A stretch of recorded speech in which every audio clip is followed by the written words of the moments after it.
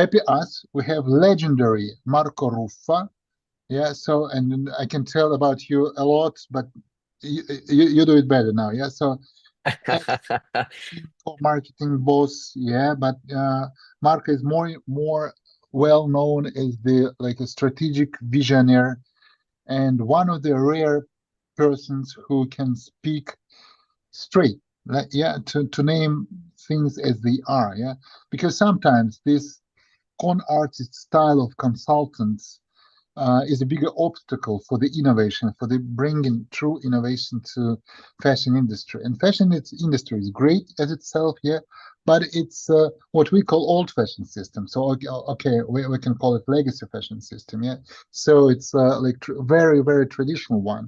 And what is in our plans is to bring venture capital investment into this industry. And now we are based in Silicon Valley. Every time you approach some of VC, they say, we are from fashion. They say, oh, no. And they want to run away. You say, no, no, no, stop. We are metaverse. I understand. They say, oh, yeah, okay, metaverse is okay.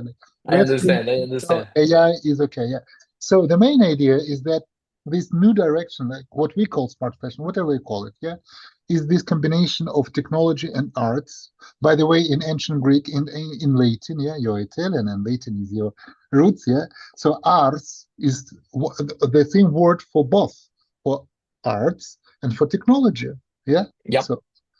So and with the help of technology of today, with the state of the art technology, yeah, so we can bring fashion back to this seamless combination of tech, arts, fashion, and financial engineering. Yeah, so we're going to bring this new economy, and you are one of the greatest minds, one of the best pioneers. So happy us for having Marco Ruffa. Please have your pitch, yeah, and after that you will have our Q&A session. Yeah, thank you, No, Marco. thank you so much. Thank you so much for the introduction. You're really far too kind, Katzbecker. Really, I You deserve totally it. appreciate it. You said a lot of very interesting things, and my mind is still going on. I'm thinking about what can I say because we're in a tough time for luxury industry, and we're in a tough time for fashion industry as well because luxury is just a word.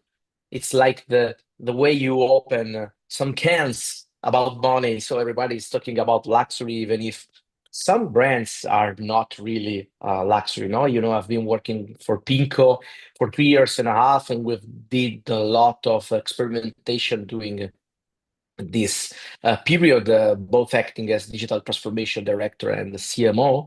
And we were moving like luxury, even if Pinko cannot be said to be true luxury. So I have a perspective, and I thank you again for saying that I'm kind of free expressing what I want to say compared to those big consultancy firm that needs to stay, let's say, more underline, no, and Mhm. do not express exactly what's happening in the industry.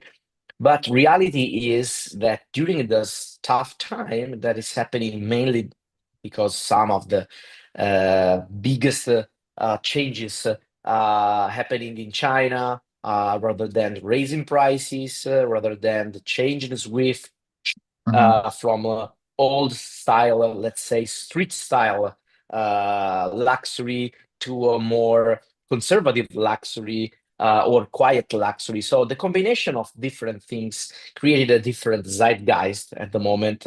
So people are running away from fashion habits. They are no more shopping that much. One of the latest report I've read said that 50 million consumer stop buying luxury. So it's a huge number of people for this tiny industry. 50 million, yeah, So Marco. 50 Yeah. million stopped Oh, buying luxury. Yeah, 50 million consumer. It's a huge uh, number for yeah. a very tiny industry because some of the brands really target the Yeah. 1% of the whole world, or let's say the 5% of the whole world. So it's a 50 million. It's a huge number for Uh-huh. them, no? Um, and the bad thing, combining technology and what we can bring to this industry, is that the management are cutting all people working in the innovation teams, no? So it's like, and that's what I'm trying to tell, being an Italian. All those amazing companies, they started with the design. So first there's the design, then there's the product, the manufacturing, and then there's the wholesale. Then maybe there is the retail, which is very successful for a lot of brands. Then maybe we have e-commerce, we have marketplace, we have e-tailers, whatever, and we go global scale. And then maybe we have innovation on top. So once bad news are coming to the market, first step, cut innovation, cut budgets, cut ideas, It's a cut whatever is paradox. Yeah, happening. it's a It's paradox a to cut paradox. innovation budgets. Yeah, so they It's should a increase paradox. innovation budgets. I think so. What do you think? But that's Sorry what for. they're doing right now. So I have a lot of peers in the industry, and I'm chatting with them, and a lot of them have been fired. Mhm. And like a rush of saying, okay, we need to cut costs. Okay, where do we cut costs? We cut costs in innovation. So it's so stupid under my point of view, and I'm really free to say so. But it's what that's happening right now in the industry. So I think that the missing point for most of the management team, a very high-end leader, what they're missing right now is that there's not just a shift like, okay, Chinese consumers are no more indulging in luxury shopping like they were doing in 2022 or 2021 or before COVID. I don't know. But it's what do they are trying to fill it as a gap, no, in the pyramid of needs.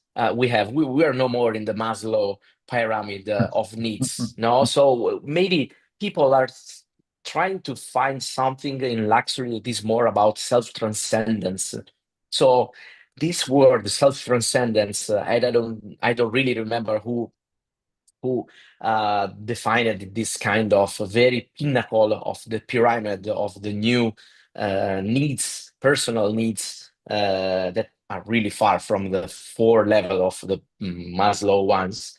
Um, the self transcendence is really near if you think about metaverse. No, it's something that is really connecting the two words in my mind, but actually it's not what they are targeting as a strategies, and it's so strange.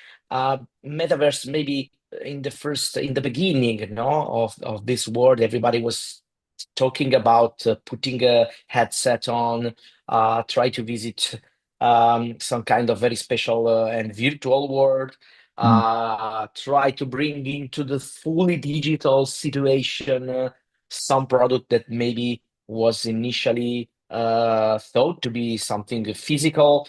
So maybe we pushed the pedal too hard. Me is one of the of the manager who Mhm. pushed the pedal too hard, trying experimentation. But now I think there are a lot of things that can converge to a different strategic layer that will fulfill this kind of need of self-transcendence for consumer. For example, all the aspects about sustainability, no? If we all think about the fact that climate change is really a thing, and now it's happening COP29, no? And they are thinking about saying, oh, hey, we have a bill of 350 billion. Who is going to pay for this bill? No?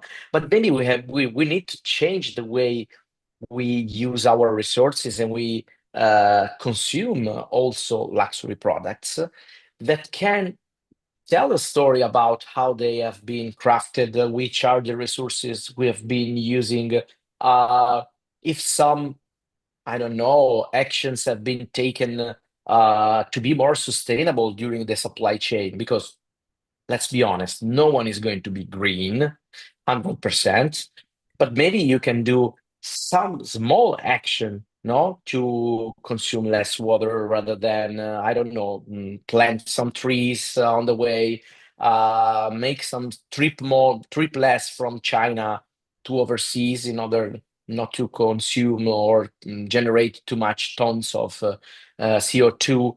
So digital product passport, DPP, it's not just about having a law that is coming up from the regulation of European Union, United States, I don't know, China, whatever region or state in the world. It's about, okay, can we really do something to fulfill these needs of self-transcendence for our consumers? So if we are telling a story, we can use the metaverse thing. We can use Mhm. blockchain, we can use Mhm. Web3, we can use NFT, we can use a lot of underlying technologies, no, that are in the metaverse space to tell some kind of story about the product that goes beyond uh, the jacket, the scarf, or the bag you're buying. I don't know. It's about the value that the brand puts inside this kind of handcrafted product. I don't know. So maybe when I go to a store and I have an amazing experience talking to a sale associate, then the experience can keep going if I have some kind of digital twin, no, that speaks to me about what happened when the brand I'm consuming, I'm buying this kind of brand because I love this brand. I have a trust with the brand, so the brand can keep uh, the dialogue about something that is far more different from just owning a product. No, so this is going to be very, very interesting, in my opinion, especially for those very high level brands that if we think about price hike during this time, so just like a Chanel bag in 2019 could cost 3,000, sorry, and $500. Now is above $11,000. So the one who can afford this kind of luxury, they don't really need any new bag. They don't really need any new jacket. You remember the advertisement from Patagonia? You don't need to buy this jacket. It was genius because they were anticipating this kind of trend where, Mhm. okay, if you buy something new, it's not just because you need.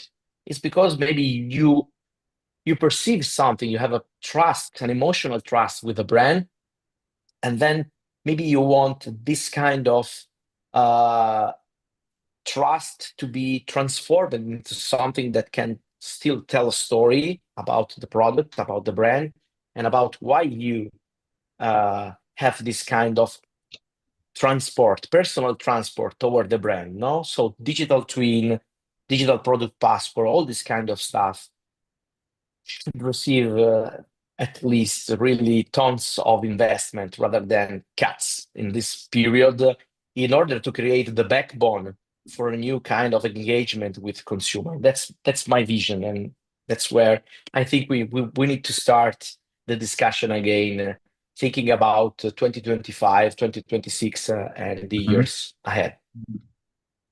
And so the question, yeah, so what are your predictions for the fashion industry in 2025? So the end of 2024 is tough time as you define Mm. it, okay?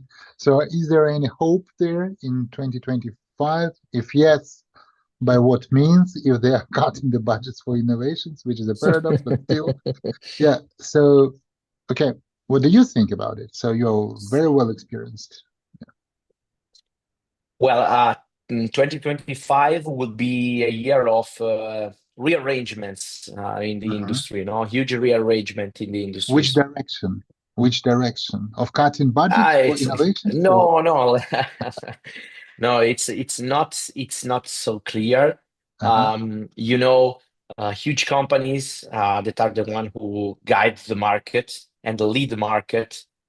Usually what they do budgets right now. So October, November is the time for budgets. Mhm. So that's where they decided to make some hard cuts. And then they have reviews in March, reviews in June, reviews in September. Whenever there's a queue that is about to close, so they are going to make some reviews about budgets, about strategies, whatever. So upon making cuts in full innovation, there are some kind of projects that are actually slowing down. So what they say at the moment is, okay, we need to do this kind of stuff, but maybe we are going to slow down the project. So we are not going to rush by the end of the year. We want to install new software or create new thing or make new proof of concept to make experimentation, whatever. They're going to slow down. So if the market is going to react, maybe because under a geopolitical point of view. So if we have the standpoint of the elections in US, you know that the election and the result of the election, without saying the party, but it's changing that much what's happening, for example, between Russia and Ukraine. So is the war going to stop? We don't know.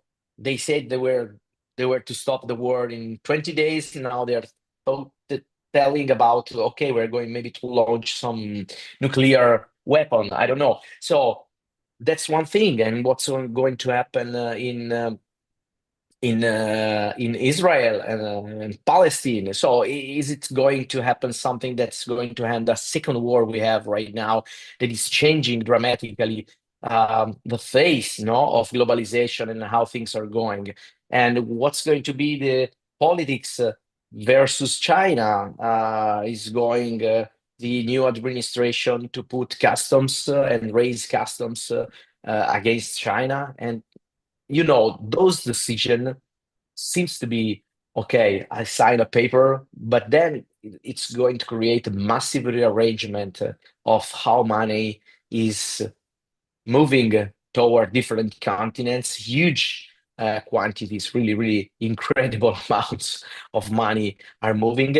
And finally, those money are going to be settled down in the hand of consumers. So consumers, if the access to money is easy, we saw in after Twin Towers, it happened in 2001, and then the administration in US, they decided to give money to everybody so they could go back shopping without having fear. And it Mhm. worked for fashion and luxury, no? You Uh-huh. remember? And then we had Lehman Brothers crack, and they say, okay, let's give money to everybody so they go back shopping and everybody's happy. And it worked for fashion and luxury. And then we had 2012, the crisis for euro, and everybody said, okay, let's lower down the cost of the money and we give money to everybody. The same happened in COVID. So now we're facing the bump from the highest peak reached in COVID. So now what's going to happen? Those decisions are not in the companies of fashion and luxury. Those decisions are in the central banks, the central institute. They decide everything. So if the market, going back to my prediction for 2025, if the market is going to react fast, so like in the first 3 months are going to be tough The again, first three and months, yeah. then The first yeah, three and months, then right? maybe Yeah. in April, May, June, things are going to change a bit. Then we are Uh-huh. going to have a second half that could be booming again for the industry in numbers and booming again for the projects we've been talking of, no? So we're going to see. Actually, I had a lot of discussion about fostering new technologies and the adoption of new technologies, and I'm quite disappointed. Somebody told me, okay, let's hope digital product passport is not to become mandatory in 2026 because we don't have any intention to share the information about our supply chain. Come on, Of why? course, of So, course. Yeah. so you're not reading the mindset change from consumer, no? So you pretend Yeah. just about regulation that's making this mandatory. Mhm. Um, and then we have all the AI stuff, no?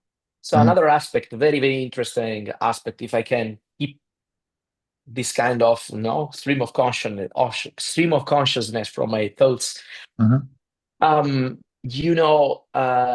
All the luxury industry is actually in an hangover of overproduction.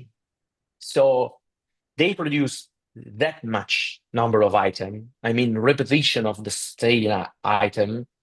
Then now they have full warehouses that are exploding Mhm. Mhm. because of the goods they have inside.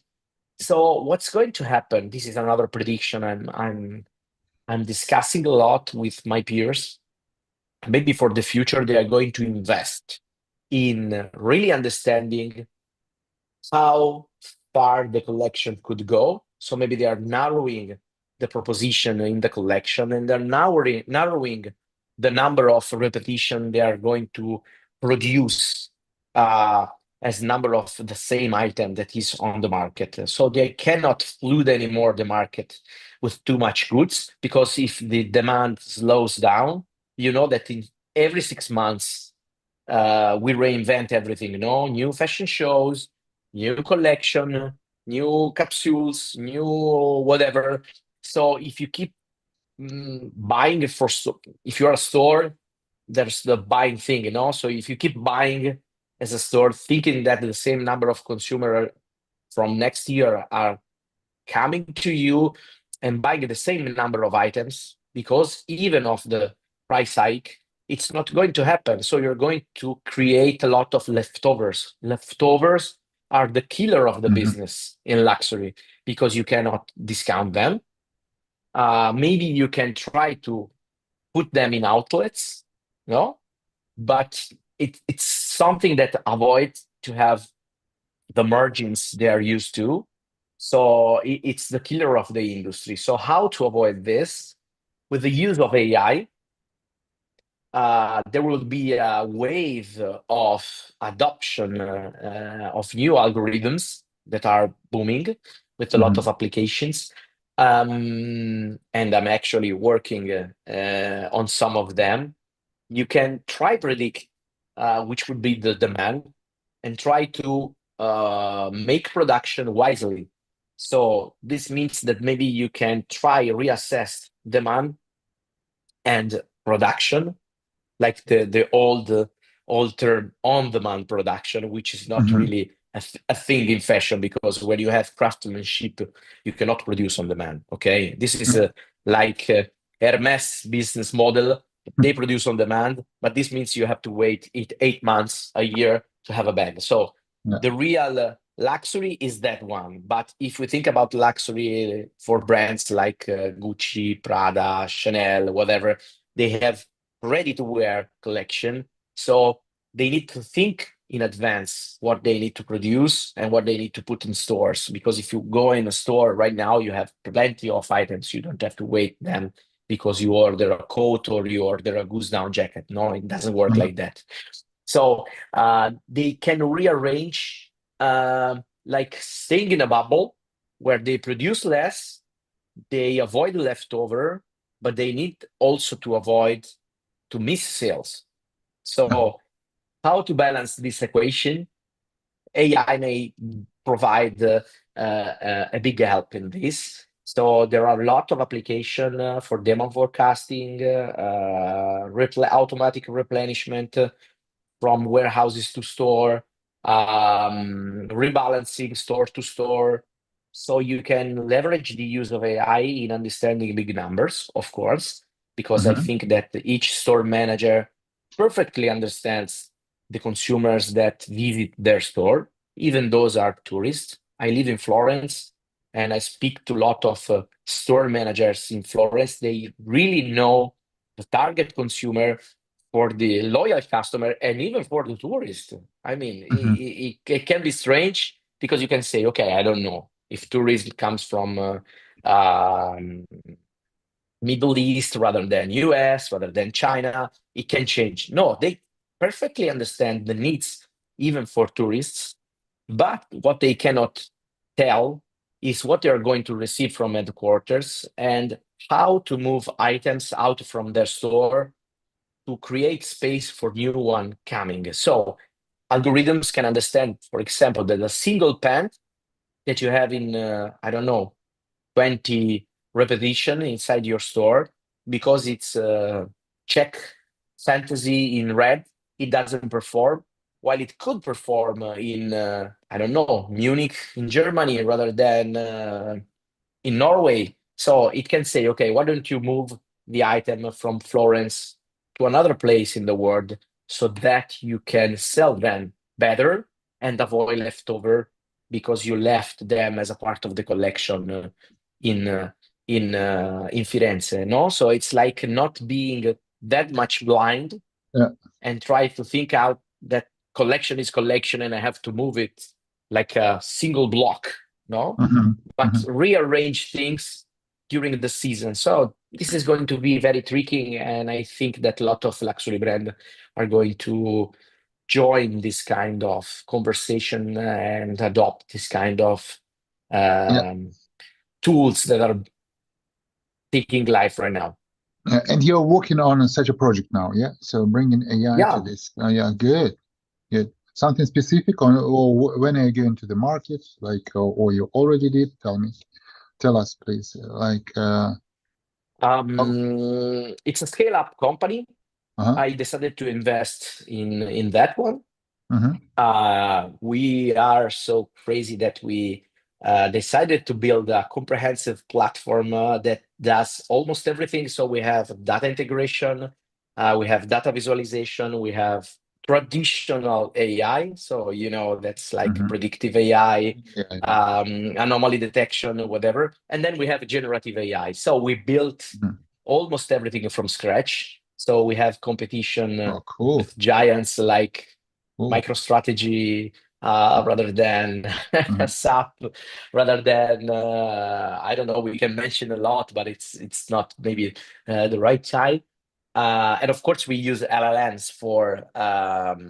for generative AI because Mm-hmm. we try to do a lot of experimentation, buying very hardware equipped servers and try to Mm-hmm. install Yeah, Llama 3 rather than small language models like no, but it's not performative how compared to the LLMs. So of course, if you work mm-hmm. with OpenAI rather than if you work with other models, Claude from Anthropic, Grok from Mm-hmm. X, or whatever, of course, the capacity of calculation they have in their data server, it's Yeah, not, you cannot compete with them. yeah. Okay. So what we're You doing right shouldn't. You now, shouldn't we're compete to them. Yeah, so you can win other no, way. no, Yeah, it doesn't make yeah. sense. Uh-huh. It doesn't make sense. And now models are lowering down the costs. So the Mm-hmm. tokens, for example, for OpenAI are lowering down, lowering Mm-hmm. down, lowering down. And each time they create a new model, the old ones that were perfectly fitting, maybe for some Uh-huh. kind of problem, and they're lowering down the cost. So it doesn't make any sense trying to Yeah, fight with yeah. them at the moment. It's not the time. So this scale up is actually selling and serving a lot of companies, most in the fashion space, which is not real luxury, because you know that those fashion companies they sell more numbers in repetition rather than in sales turnover. Okay, Mm-hmm. so if you Yeah. have 4 million pieces sold each year, maybe you need the software like that. While if you are in luxury, if you move this kind of amount, maybe your no, your sales turnover is like billions and billions. So Uh, you are not thinking about this, but we are moving in the market so fast, and we see that luxury companies that 2 years ago we could never think that would adopt our solution. Now they are knocking the door and say, "Hey, mhm. can you show us That's great. how things Mhm. are going in your system?" And to be honest, we think that generative AI is going to disrupt and revolutionize the retail industry. Mhm. Why? Because it will democratize the access to data, and it will make it easier to understand data, avoiding all those dashboards, pixel perfect reports, whatever. The old business intelligence is dead for me. This is another prediction because thanks to LLM, we will move toward very quickly to generative business intelligence. So you Uh-huh. can have a small Good point. conversational Good point. tool and say, okay, can you show me my store? Is it performing in the proper way? And the machine can say, okay. how can I create a compound in which try to make comparison? No, so if I'm Firenze, maybe the size of the store is comparable to Milan, or is comparable to Rome, but it's not comparable to Los Angeles. I don't know.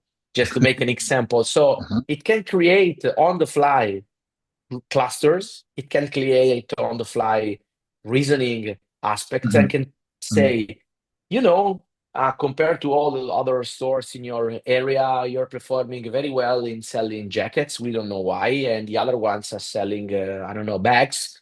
So why don't you think about rearranging the store and give more visibility to bags? For example.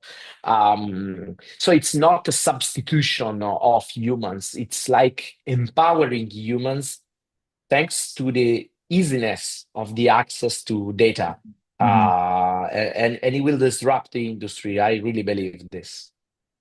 Okay. So the mission is to bring back these 50 million of luxury consumers, yeah, who left this year, yeah. Yeah. First, and Yeah. okay.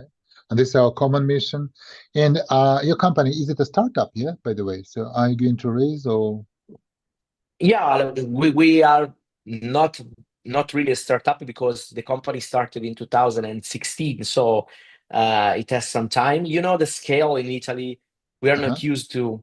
This could be another discussion. uh-huh, I don't know why. Of course, there isn't any kind of ecosystem in Italy about uh-huh. startup. To be honest, Come I to Silicon participated Valley, to a where we are. So that's the reason why we have this Metro Fashion Week. So because the general idea is to match or to make a try to marriage make. of Yeah, Silicon why Valley not? mindset and fashion mindset. It's Yes. that's why I'm Mhm, a proud mhm, part of Metaverse Fashion Council.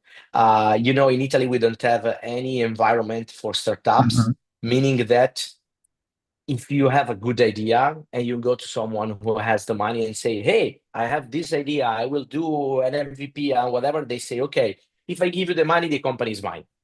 So it's not like it should It's a work. business. You It's understand not, this? yeah, it's not venture capital. You It's just, understand this? It's yeah, not a yeah, venture capital. You should yeah, say, yeah. okay, I provide you money and I take 10% because I want to be your partner. When you do the second raise, maybe, but I keep you on the wheel. I mean, I'm Uh-huh. not removing you because if you take the control of my company because you provided me the money, Mhm. then my initial sparkle it turns off.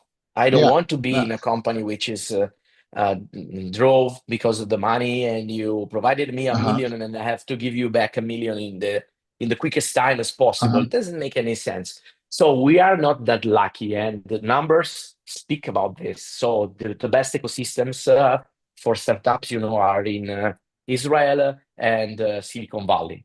That's it. Of course, yeah, China is trying to compete. India is trying to compete. UK is trying to compete, but Italy and the rest of Europe is uh-huh, like yeah. zero. We have Marco, numbers, but in yeah. comparison, those are zero, zero Yeah, completely. yeah, quite right. So welcome to Silicon Valley. So the next thing, at least, just had a couple of hours ago, we had a conversation with Stefano Galassi, you know him. So Yeah, he's I kind know of him. secretary to NRF, and he said, okay, let's bring some like maybe 5, 10 representatives of legacy brands here to San Francisco Bay Area. So we promised to organize some meetings with the VCs. So they don't need VCs, but they need C-level of representatives of Visa, Yeah, well, Apple. That's what we can do. But if you come with some cluster of a bunch of startups, yeah, so we can organize the meetings with the venture capital funds as well. For instance, our Metaverse Fashion Week, the very first show, the showcase, was done by a venture capitalist, Andrew Romans. Yeah, he's one yeah, of the legends of Silicon Valley. Yeah, so amazing.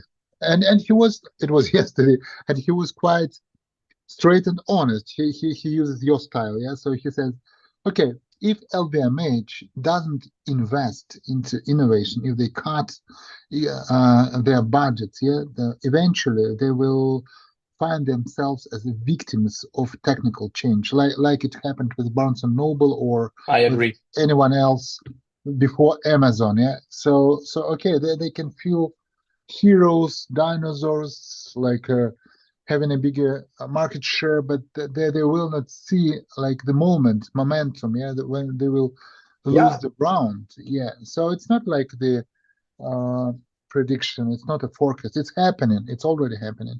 it's Now, happening. It's happening. yeah, You're right. I'm using my Meta Ray-Ban glasses now, so I'm speaking to you with them. The day when they will be connected to token and to add some value. I mean, these glasses or any other ones, yeah. I will never ever buy any other kind of glasses. I mean, brain dead glasses. Yeah, so they are smart glasses. Yeah, so what we call smart fashion. I mean, the next day, the T-shirt will be connected to some token and AI with and connected Exactly. solutions by your startup. Yeah, why should I buy just a T-shirt? Why should I buy like a Balenciaga T-shirt if it is brainless, if it's brain dead? If I No, can you said it. buy some You young said it. startup, but having these glasses. Another example is like, okay, I have my Tesla for more than 2 years. Yeah, so it's a performance one, it's sportive, but the main thing is it's connected to AI. It's connected to, it's like an iPhone 15 years ago. You remember that? I was one of the guys who bought Vertu. Maybe you remember it, Oh, Vertu. yeah, yeah. I remember the Vertu. Yeah. I bought it as a gift to my ex-wife. Yeah, the $25,000. So okay, and then iPhone came. I was one of the first guys who bought it, like a couple of them. Yeah. So, and when I put them on the table, yeah, iPhone looked like not that luxury. Yeah, but in three years, Vertu was like, okay, I just sold it Nothing. for They 2K. closed. It's nothing. It's something stupid. They closed. Brain gets Hmm. some. Yeah, it's good style, everything like that. But still, my question is, okay, if we see the mission of bringing back like of these 50 million of luxury customers first, we understand that we should add some value to fashion pieces with the help of AI solutions, with the help of blockchainization and tokenization, something else. And that's what we call smart fashion. So we say that tomorrow, every piece, who knows when this tomorrow comes, but still, every fashion piece will be connected to some world, yeah, so digital world, to You're some right. value, to some digital asset. And that's why DPP is very important because the regulators, they don't mention our smart fashion now. They mean like sustainability and yeah, and the origin and supply chain. Okay, but it's a very good foundation to tokenize, to implement AI solutions together with the DPP. Exactly. Yeah, this is the best window of opportunity. That's what I think is a great hope in Europe. Yeah, concern because fashion is still European. Yeah, so it is, and not still, but it's forever. It will be. It is European by its It is. It nature. is. Yeah. In a It's about sense, because of the freedom. giants About, are in Europe. No, you said it. no, of course. So yeah. So here we are, and I think that the hope is here. Yeah, and we need your, I mean, all the community, all the industry. We need your experience, and we need your brave vision. Yeah, so I think that these tough times is a good news because when time is tough, something new is happening. Yeah. Exactly. Uh-huh. Yeah, so welcome to Silicon Valley this April and 20. Yeah, yeah. Yeah. Let's Amazing. organize some event in here. I Sure. met Sure. Daniel Lurie, who is the Hmm. now he's elected the mayor of San Francisco. Yeah, so Okay. and Hmm. he's a heir of Levi Strauss. Yeah, so somehow, so he's from fashion family. Yeah, he's a Sure. businessman. He's a philanthropist. I met him twice before elections, and I said, okay, Daniel, I wanna rent the city hall, San Francisco City Hall, because it's rare, good-looking building. I'm It's not just amazing. good-looking. I It's mean, like amazing. architecturally, yeah, it's European, yeah, with a dome, Hmm. Hmm. hard Yeah, you're typical right. You're dome. Yeah, right. yeah. Okay, and he said, "Don't do it. Just do this Metaverse Fashion Week." Physically, when I became a mayor, I said, okay, I was the city mayor's advisor. And of course, I understand what you say. You are not a mayor now, yeah? But he said, trust me, I will. So we canceled this physical side of the event. But I think that chances are that next season in April and May, we'll have a nice physical event as well. but connected to some digital assets, to AI, what we call smart fashion. Yeah, so more than metaverse side. Yeah, so Yeah. Marco, welcome to US. And venture funds is a very important element of building infrastructure for the future of fashion. Yeah, so and we speak to funds. Their first reaction when they listen to the word, when they hear the word fashion, they run away. But then we say, no, no, no, no, I know. fashion, smart fashion, they come back. Okay. Yeah. So I think we can change the situation because with the eyes of investor, yeah. So I invested into production line, into wholesale trade, into fashion weeks and so on. Yeah. So you see there is a Bitcoin which is 15 years old, and there is a fashion industry which is 150 years old. Yeah, Bitcoin is 2 trillion in market cap, and fashion industry is just 1.5. So it's a Yeah. scam. So let's make fashion great again. Yeah, Marco. I love this. I love this slogan. Who else than you, dear Marco? So with your optimism, with Yeah. your energy, with your knowledge, yeah, with your will, yeah, let's do. So thank you so much for being with us. So let's make this interview in a written form as well. Yeah, so please provide us materials. Feel free to share anything about your company, new company, your initiative. Yeah, don't be shy. Thank you. We'll promote it, and we're waiting for you in Silicon Valley, yeah, next year. Amazing. Thanks so much. Amazing. Yeah, Thank thank you, you. Marco. Thank you. Yeah, Speak soon. bye. Speak soon. Yeah, Bye. yeah. Bye, bye. Take care. Ciao, ciao.